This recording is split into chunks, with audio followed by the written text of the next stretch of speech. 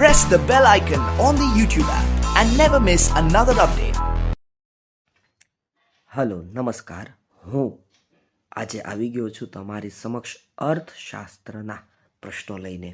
તો અર્થશાસ્ત્ર વિષય તરીકે પણ આપણે ઓડિટર સબ ઓડિટરમાં પૂછાય છે.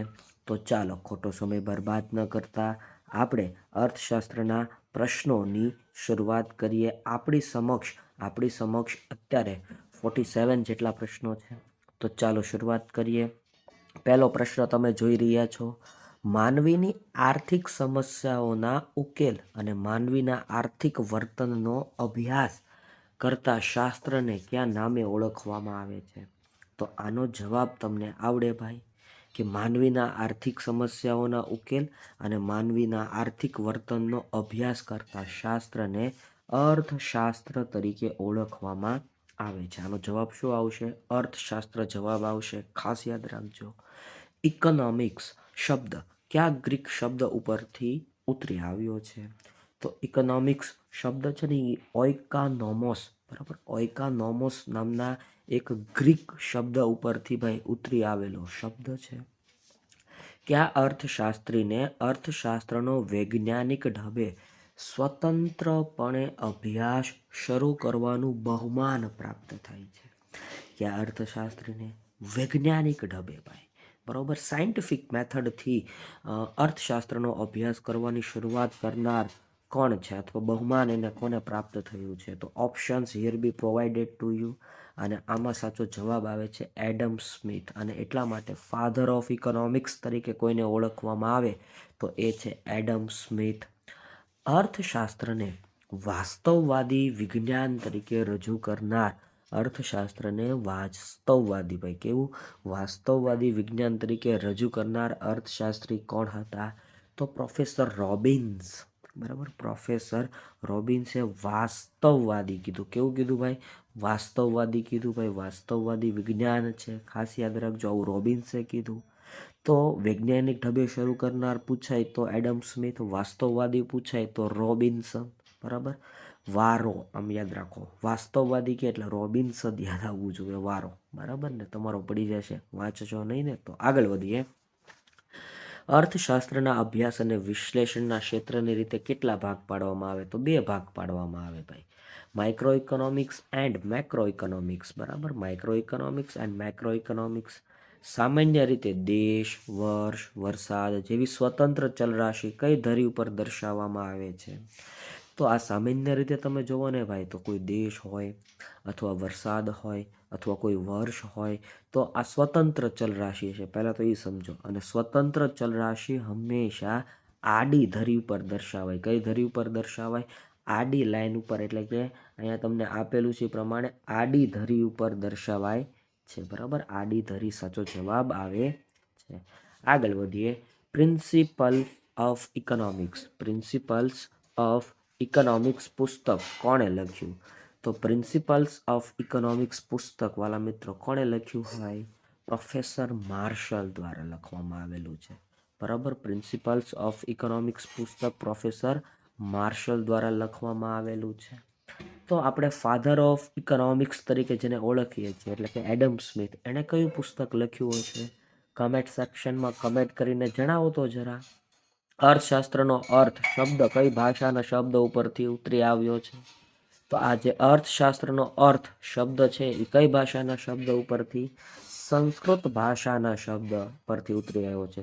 સંસ્કૃતમાં ધર્મ, અર્થ, કામ અને મોક્ષ, બરાબર, એમાં અર્થ શબ્દ આવે તો ત્યાંથી ઉતરી આવ્યો છે. ઇકોનોમિક્સ શબ્દ કઈ ભાષાનો શબ્દ છે? તો ઇકોનોમિક્સ શબ્દ કઈ ભાષાનો શબ્દ છે?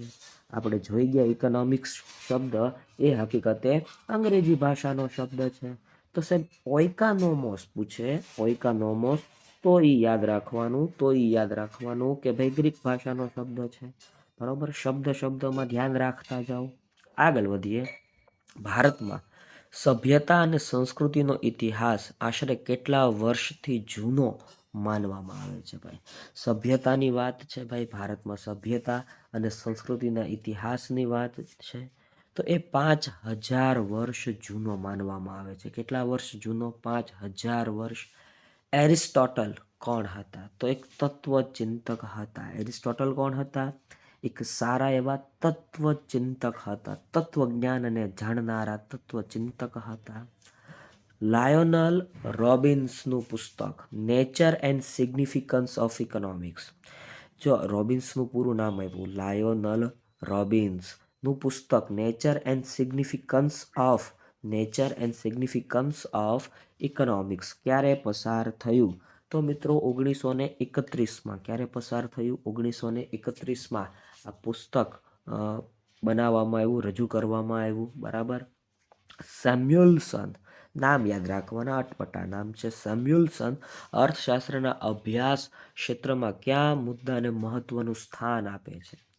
તો સેમ્યુઅલ્સન છે એ હકીકતે પસંદગીઓ અને વહેંચણી ઉપર ધ્યાન આપે છે ભાઈ. પસંદગીઓ અને વહેંચણી ઉપર ધ્યાન આપે છે. પસંદગીઓ અને વહેંચણી ઉપર ધ્યાન આપવાની વાત કરે છે. આગળ વધીએ. આર્થિક પ્રવૃત્તિ. આર્થિક પ્રવૃત્તિઓમાં 3 બાબતો મહત્વની છે. એક આવક, બીજું ખર્ચ અને ત્રીજી કઈ બાબત છે? તો ત્રીજી બાબત છે વિનિમય ભાઈ. વિનિમય એટલે આપ-લે કરવી. તો ત્રીજી બાબત કઈ આવે? વિનિમય. વિનિમય એટલે વાત કરી પ્રમાણે આપ-લે કરવી. શાળામાં શિક્ષણ મેળવવાની પ્રવૃત્તિ એ કઈ પ્રવૃત્તિ છે? તો ભાઈ શાળામાં શિક્ષણ મેળવવાની પ્રવૃત્તિ એ બિનઆર્થિક પ્રવૃત્તિ છે. બરોબર. કેવી પ્રવૃત્તિ છે? બિનઆર્થિક પ્રવૃત્તિ છે ભાઈ. બરોબર કે આર્થિક પ્રવૃત્તિ છે? 1 મિનિટ ચેક કરીએ. શાળામાં શિક્ષણ મેળવવાની પ્રવૃત્તિ એ કઈ પ્રવૃત્તિ છે? સોરી મિત્રો, અહીંયા આર્થિક પ્રવૃત્તિ આવશે. બરોબર. આર્થિક પ્રવૃત્તિ આવશે, ઇકોનોમિક એક્ટિવિટી આવશે ભાઈ. નીચેનામાંથી કઈ બાબતનો અભ્યાસ સમગ્રલક્ષી અર્થશાસ્ત્રમાં થતો નથી? તો ઓપ્શન તમને આપેલા છે ગરીબી, બેકારી, પેઢીનો ખર્ચ અને વસ્તી. 16મા પ્રશ્નમાં મિત્રો સાચો જવાબ આવે પેઢીનો ખર્ચ. પેઢીનો ખર્ચ. બરાબર. એટલે કે સી ઓપ્શન, પેઢીનો ખર્ચ ભાઈ. રેખીય આકૃતિ નીચેનામાંથી કઈ છે? તો માંગ રેખા છે, હસ્તરેખા છે, મસ્તિષ્ક રેખા છે, જીવન રેખા છે. રેખીય આકૃતિ કઈ હોય? એક જ હોય ને ભાઈ, માંગ રેખા હોય. કઈ આકૃતિ હોય ભાઈ? માંગ રેખા હોય. સ્વતંત્ર ચલ 1 અને આધારિત ચલ 2 કે તેથી વધારે હોય ત્યારે કઈ આકૃતિ અનુકૂળ આવે છે? તો ત્યારે કઈ આકૃતિ અનુકૂળ આવે? પાસ પાસેની સ્તંભાકૃતિ અનુકૂળ આવે. કઈ આકૃતિ અનુકૂળ આવે સૌથી વધારે? પાસ પાસેની સ્તંભાકૃતિ. વૃત્તાંશ એટલે શું? વૃત્તાંશ એટલે વર્તુળનો અંશ થાય. શું થાય? વર્તુળનો અંશ થાય. નીચેનામાંથી કોણ આર્થિક રોકાણ કરતા નથી? ડોક્ટર, ગાયક, મૃત્યુ પામેલા વ્યક્તિ અને શિક્ષક. તો આમનામ ખબર પડે ભાઈ, મૃત્યુ પામેલા વ્યક્તિ ક્યારેય આર્થિક રોકાણ ન કરે ભાઈ. તીવ્ર સ્પર્ધાવાળા બજારમાં ગ્રાહકને આકર્ષવા શું કરાય છે? ભાઈ જ્યાં તીવ્ર સ્પર્ધા હોય, બરાબર, ફૂલ કોમ્પિટિશન હોય, બરાબર, અને ત્યારે તમારે ગ્રાહકને જો આકર્ષવું હોય, ગ્રાહકોને લાવવા હોય તો કિંમતમાં ઘટાડો કરવો પડે. Price rays. બરાબર. પ્રાઇસ ઘટાડવી પડે. દાન આપવાની પ્રવૃત્તિ કેવી પ્રવૃત્તિ છે? દાન આપવાની પ્રવૃત્તિ તો ઓબ્વિયસલી ભાઈ બિનઆર્થિક પ્રવૃત્તિ જ છે ભાઈ. બરોબર. આમાં બિનઆર્થિક પ્રવૃત્તિ જ સાચો જવાબ આવશે. નેક્સ્ટ 23મો પ્રશ્ન આપણે પૂછી ગયા. માનવ જીવન માટે વસ્તુ કેટલી ઉપયોગી છે? તે બાબત વસ્તુનું કયું મૂલ્ય દર્શાવે છે? એટલે મનુષ્યના જીવનમાં વસ્તુ ઉપયોગી હોય અને તે બાબત દર્શાવે છે ઉપયોગિતા મૂલ્ય. કયું મૂલ્ય દર્શાવે છે? ઉપયોગિતા મૂલ્ય.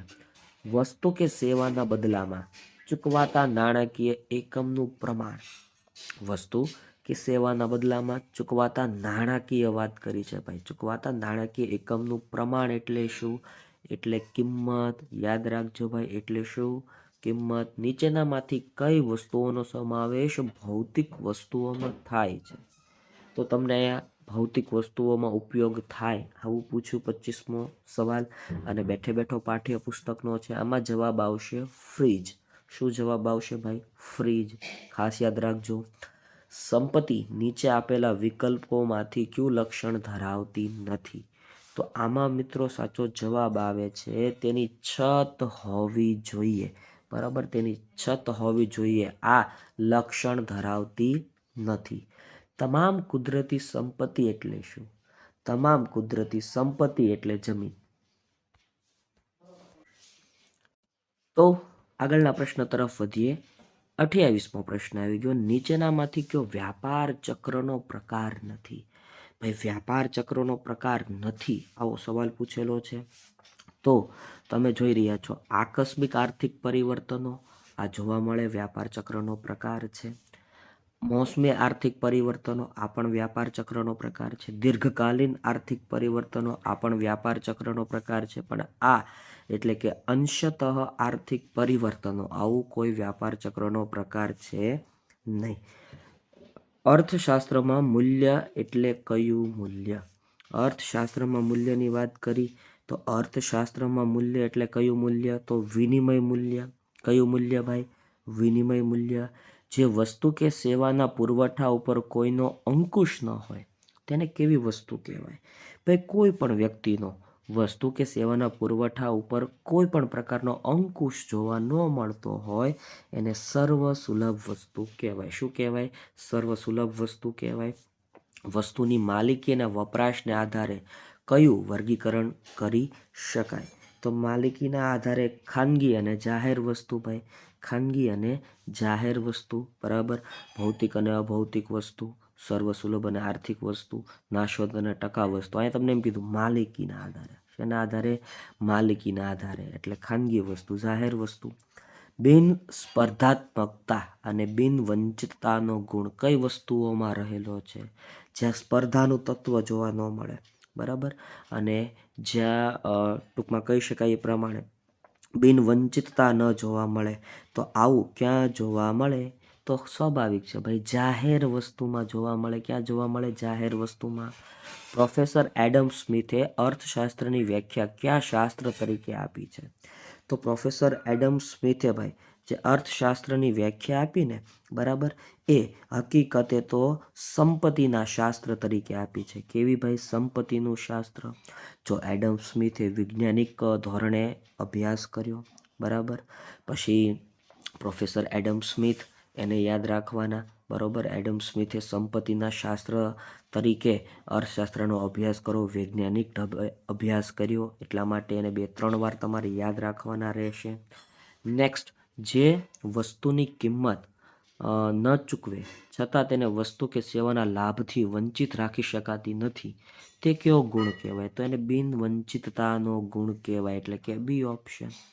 ભૌતિક જીવન ધોરણમાં સુધારો કરી વધુ સારી સ્થિતિનું નિર્માણ કરવું એટલે શું? તો એને મિત્રો સંપત્તિ કહેવાય. શું કહેવાય? સોરી, એને મિત્રો કલ્યાણ કહેવાય. કલ્યાણ બરાબર. ભૌતિક જીવન ધોરણમાં સુધારો કરી વધુ સારી સ્થિતિનું નિર્માણ કર્યું એને કલ્યાણ કહેવાની વાત છે. પ્રોફેસર માર્શલના મતે ઉત્પાદનના મૂળ કેટલા સાધનો છે? તો 4. જમીન, મૂડી, શ્રમ અને નિયોજક. 4 સાધનો છે, ખાસ યાદ રાખજો. અન્ય વ્યક્તિની દેખરેખ હેઠળ વળતરની અપેક્ષાએ થતા શારીરિક કે માનસિક કાર્યને શું કહેવાય? તો આને શ્રમ કહેવાય. શું કહેવાય? શ્રમ કહેવાય. ગુણવત્તાસભર કલ્યાણ શેની સાથે વધુ સંકળાયેલ બાબત છે? તો ગુણવત્તા સાથે સંકળાયેલ બરાબર. ગુણવત્તાસભર કલ્યાણ સાથે સંકળાયેલ બાબત એટલે આર્થિક વિકાસ ભાઈ, ઇકોનોમિક ડેવલપમેન્ટ.